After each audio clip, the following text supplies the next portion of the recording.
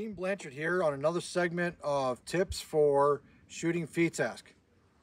What we have here is a slow crosser that's kind of curling over. Let's take a look at that on the camera.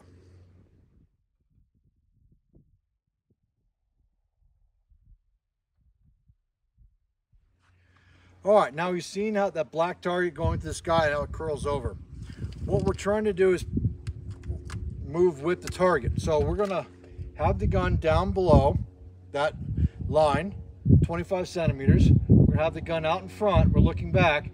We're gonna see the target. We wanna sync up with the target as we bring the gun up. So we're moving with it, applying our lead and pulling the trigger.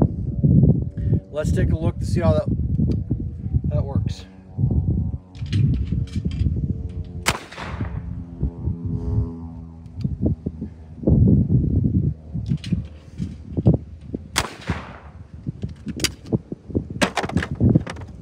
Let's take a look at the ShotKam footage.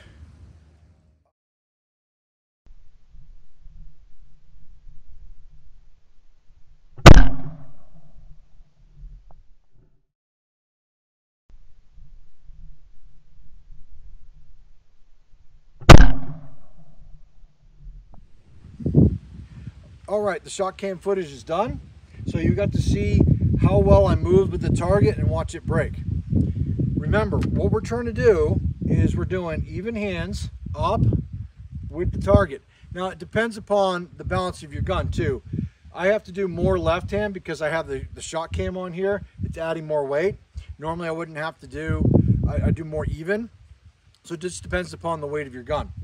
What we're trying to prevent is this action here of coming in and coming up. We're trying to come up from under the line, with the line, in front, and pull the trigger. Well, subscribe to my YouTube channel. I hope this helps.